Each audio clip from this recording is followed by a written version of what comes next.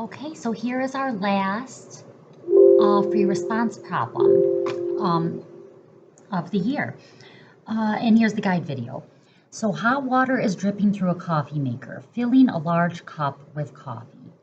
The amount of coffee in the cup at time t, where t is between 0 and 6, is given by a differentiable function c, where t is measured in minutes. Selected values of c of t measured in ounces are given in the table above. And differentiable, right, if they're telling you that a function is differentiable, they're telling you that it is smooth, that its graph is smooth and continuous. Okay, so part A, use the data in the table to approximate C prime of 3.5 and show the computations that lead to your answer and indicate units of measure. So for part A, 3.5 is not a given input, but it is between 3 and 4. So you could use the average rate of change between 3 and 4 to estimate C prime of 3.5. So C prime of 3.5 is approximately C of 4 minus C of 3 over 4 minus 3. So C of 4 is 12.8 minus 11.2 over 1. 12.8. 12.8 minus 11.2 is 1.6, and you need the correct units. That's ounces per minute. Oh shoot, and I don't have the, let's see if I have the point structure. Oh, that was 2 points, nice. 2, 2, 3, and 2. 2, 2, 3, and 2. Okay, so this is 2 points right here. 2 points. Okay, that's good. Now, part B. Part B. Is there a time between 2 and 4 at which C prime of t equals 2 justify your answer? So if you have a table like this that gives values of C, and you want to justify or explain why the derivative of this takes on a certain value, somewhere in this interval, then you use the mean value theorem. And the two conditions that we need in order to apply the mean value theorem are continuity on the closed interval and differentiability on the open interval. So, okay, so I'm going to say this. I'm going to say, since C of t is differentiable, it is continuous on the closed interval 2 to 4, and differentiable on the open interval. Those are the conditions of the mean value theorem.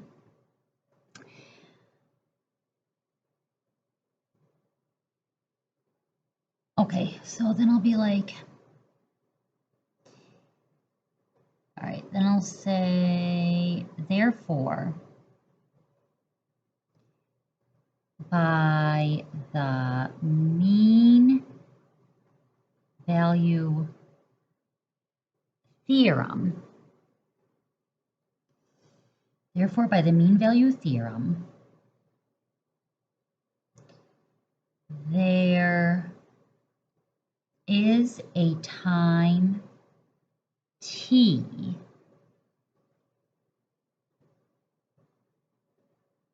Okay, now the mean value theorem actually doesn't include the endpoints of the interval. I guess so, I'm not going to include them. Yeah, it doesn't include them. All right, there is a time t. 2 is less than t is less than 4, for which C prime of t is equal to C of 4 minus C of 2 over 4 minus 2. Okay, so that's what the mean value theorem says. Now let me go like this. Okay, so C of 4 minus C of 2 over 4 minus 2. Guys, the reason I was hesitating a moment ago is I usually do this work like at the beginning and make sure it is the number that I want before proceeding, because sometimes you need to use a subinterval instead of the whole interval that they're giving you. So I usually just make sure, you know, that I get the number I want from the work at the beginning. But I actually already did this, so I knew I would. All right, so C of 4 is 12.8. C of 2 is 8.8 over 2. 4 over 2 equals 2. Okay. All right, and then I'll be like, therefore, C prime of t equals 2 for some t. 2 is less than t is less than 4. Okay, so that's the mean value theorem. That's part B. Okay, now part C. Oh, that was another 2 points. I know it's kind of a lot of work, but a lot of writing anyway, but that's just 2 points. The next one is 3 points.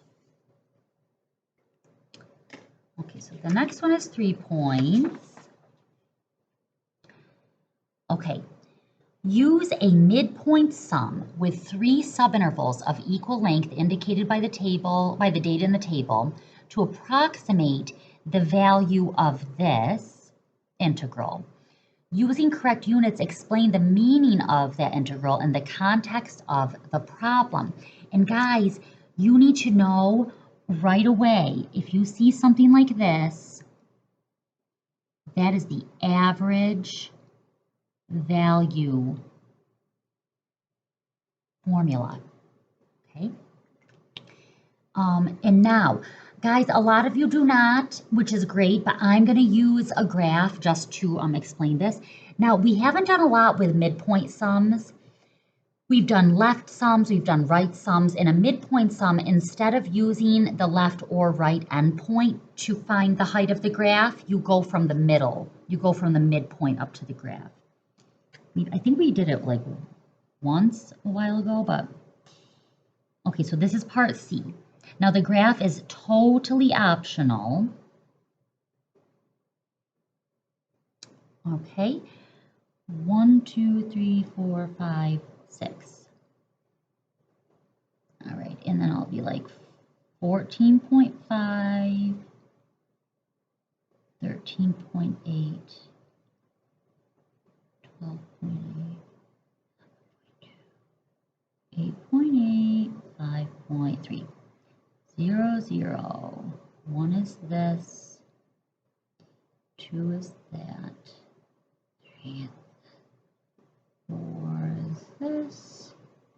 5 is that. Okay. Okay, look, something like that.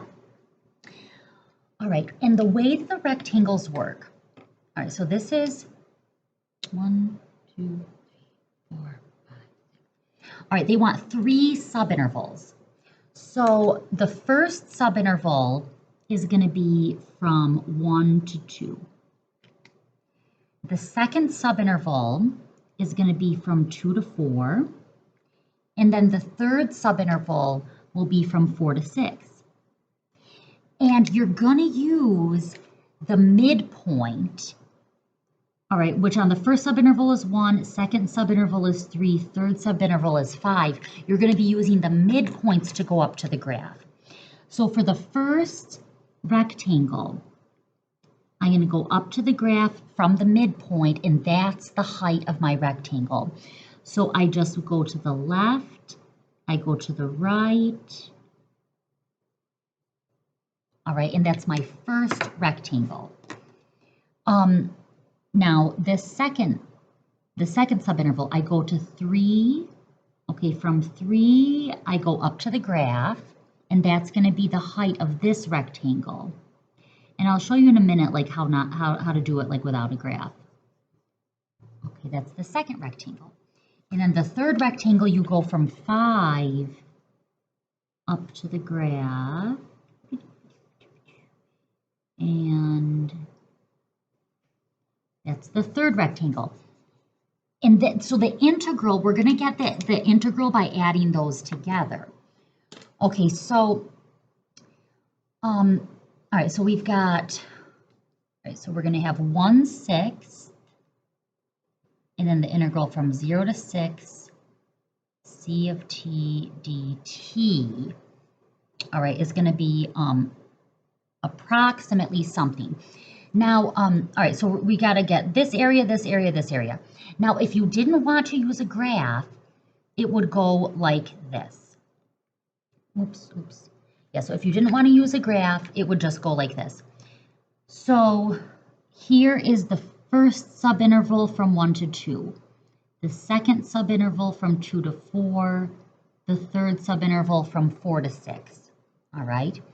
So this first subinterval, the base of the rectangle is 2, and then you're getting the height from the midpoint. So this is going to be the height of the first rectangle plus. All right, now the base of this next rectangle is again 2, and then the height you're using the midpoint to go up to the graph, so it's 11.2 plus 2, because that interval's 2, and then we're using 13.8, okay? Now you've got to add all of that together. Now guys, practice without your calculator, okay? Because I know these are decimals, and we really don't do much math with decimals without a calculator past probably middle school. But this ends up being 60.6. That ends up being 60.6.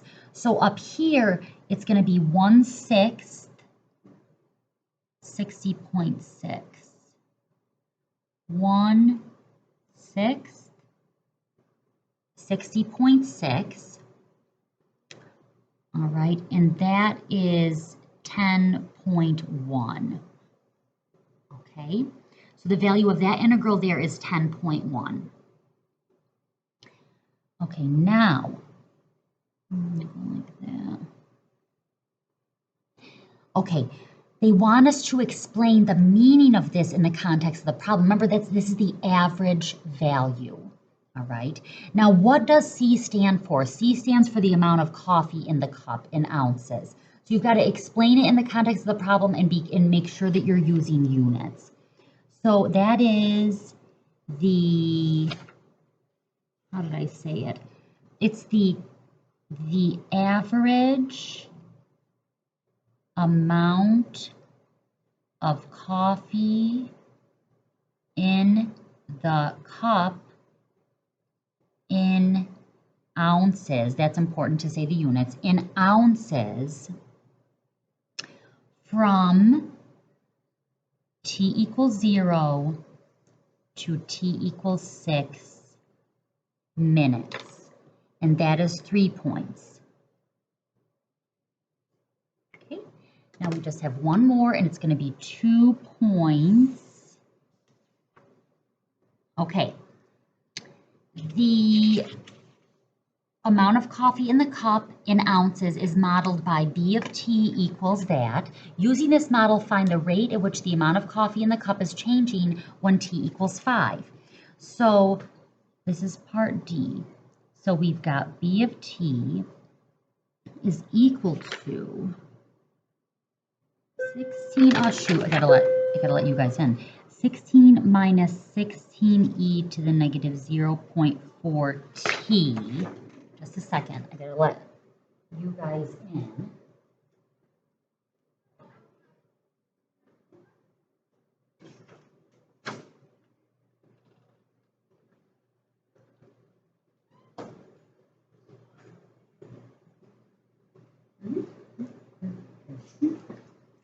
Okay, so we got to find the derivative. And this is 2 points. You're getting 1 point for finding the derivative. Hi, Logan. Sorry, I'm making a video. I'm almost done, though. Derivative of this. Hey, Jess, how are you? Good. Derivative of this is 0. Sorry, I'm making a video. And then here, all right, you can bring the negative 16 down.